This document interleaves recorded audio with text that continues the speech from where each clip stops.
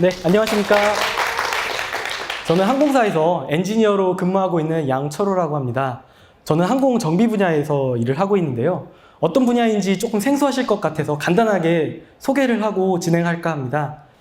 항공 정비 분야는 항공기가 안전하고 신속하게 신뢰성 있는 운항을 하기 위해서 기재를 준비해 놓는 역할을 하는데요. 정비통제센터에서는 항공기 운항 중 결함이 발생하게 되면 솔루션을 도출하고 그 결함을 빠르게 해결할 수 있도록 도움을 주는 역할을 하고 있고요. 제 과거에는 이제 신기종이 도입될 때 그 신기종 도입을 하기 위한 운항 준비를 하고 있었던 사진입니다. 이렇게 저는 정비 분야에서 엔지니어링 업무를 하고 있는데 요즘에 이런 노력이 조금 아쉽습니다. 그 이유는 바로 코로나 바이러스 때문인데요. 작년에 노제팬부터 시작해서 코로나 바이러스까지 항공업계에는 계속되는 악재가 연속되고 있습니다. 많은 기사들을 저는 접하게 되었는데 이런 상황이 계속되다 보면 향후 몇 년 후에는 많은 항공사들이 없어질 수 있다. 안정적인 과거가 변화하는 미래를 보장해주지 않는다고 저는 생각했습니다. 다른 비유를 하나 드리고자 하는데요. 항공기 운항을 예로 들면 한 지점에서 다른 한 지점으로 갈 때 최적화된 루트를 통해서 운항을 하게 됩니다. 가장 합리적인 루트를 짜고 가게 되지만 실제로 운항하게 될 때는 이 루트를 또 그대로 따라가진 않습니다. 측풍이 강하게 불면 항공기가 옆으로 밀리기도 하고요.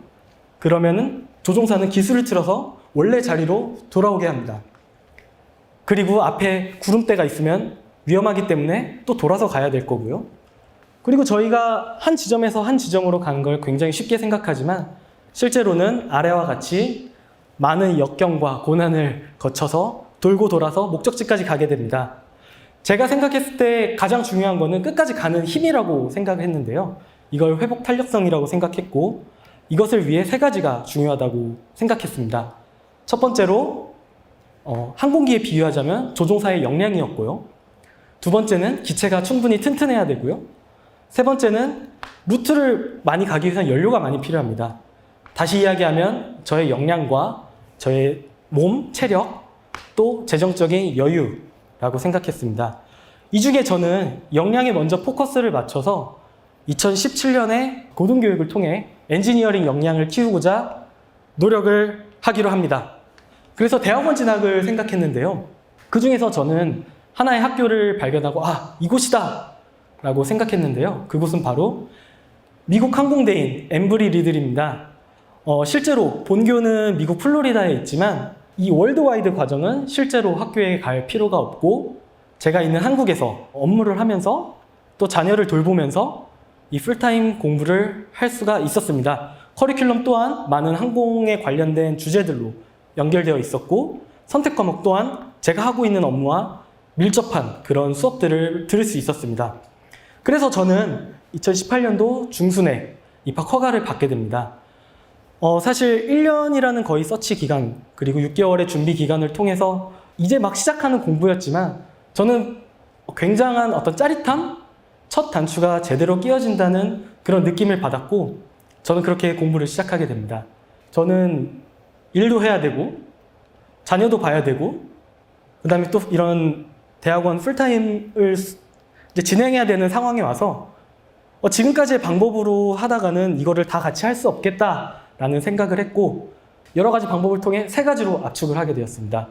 첫 번째는 저의 루틴을 설정하고 두 번째는 낮잠을 통해 오후 시간에 업무에 대한 몰입도를 높이기 위해서였고요. 그 시간을 모아서 저는 야근을 하지 않고 저녁 시간에 공부를 할 수 있는 시간으로 바꾸기 위해 노력했습니다. 하루에 4-5시간을 확보하기 위해서 이런 루틴을 정했고 그 다음에 주 30에서 35시간을 확보하기 위해서 이런 루틴을 만들고 계속해서 실행하게 됩니다.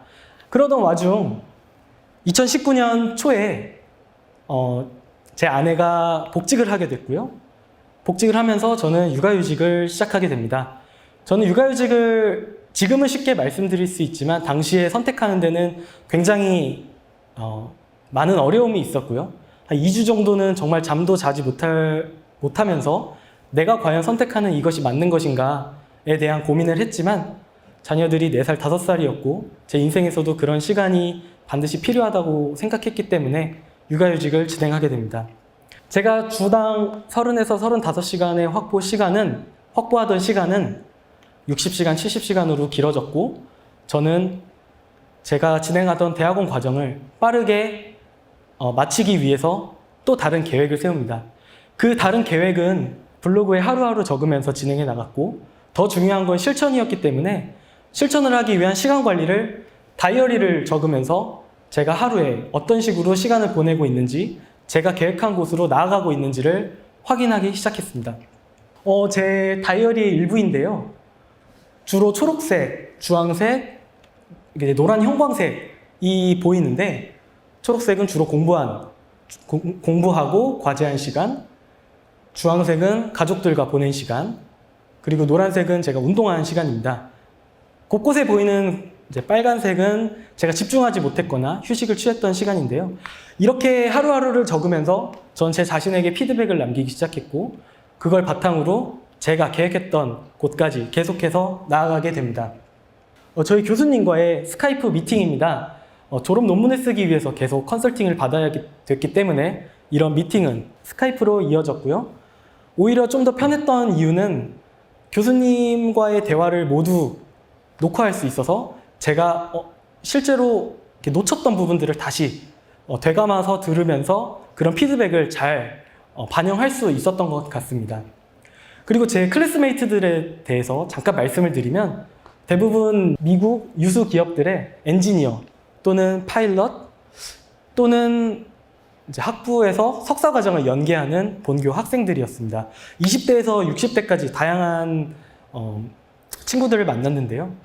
역시 미국은 본인이 원하는 삶의 방향으로 그렇게 계속해서 공부를 해 나가는구나를 다시 한번 느낄 수 있는 시간이었습니다. 그리고 2년이 된 친구 중에서 한국에 출장을 와서 이렇게 같이 만나서 함께 시간을 보내기도 했고요. 저는 이렇게 1년 6개월, 일하면서 1년, 휴직하고 6개월이라는 시간을 통해서 저는 졸업에 점점 가까워졌습니다. 마침내 졸업을 하게 되었는데요. 제가 본교에 한 번도 가본 적이 없습니다. 그러나 졸업식 때만큼은 굉장히 가고 싶었는데 코로나가 터지면서 갈 수 없는 상황이 됐고, 대신 졸업장이 저희 집으로 날아왔습니다. 졸업장을 보면서 그래도 온라인으로 수업을 했었기 때문에 직접적으로 느끼는 짜릿함이 조금은 떨어졌을 수 있지만, 그런 것들을 더 직접 느끼고, 내가 이런 것들을 성취해냈구나 라는 거를 한껏 느낄 수 있었는데요. 이제 마지막 슬라이드입니다. 저는 주변에서 이렇게 잘 가지 않는 길을 가고 있는 것 같습니다. 제가 석사 과정을 통해 얻은 것은 내가 원하는 삶의 방향으로 조금씩 나아가고 있다는 자신감이라고 할까요? 아까 말씀드렸던 역량과 체력과 재정, 그런 것들을 계속 채우고자 하는 노력이 필요하다고 생각하고, 학위는 아무것도 보장해주지 않는다고 생각합니다. 제대로 하나씩 갖추는 제 자신을 믿고 또 끊임없이 또 쇄신하려는 노력이 뒷받침돼야 된다고 생각합니다. 제대로 한다는 것은 쉽지 않습니다. 그렇지만 저는 또 다음 목적지로 제대로 하기 위해서 또 다른 비행을 하고 있습니다. 들어주셔서 감사합니다.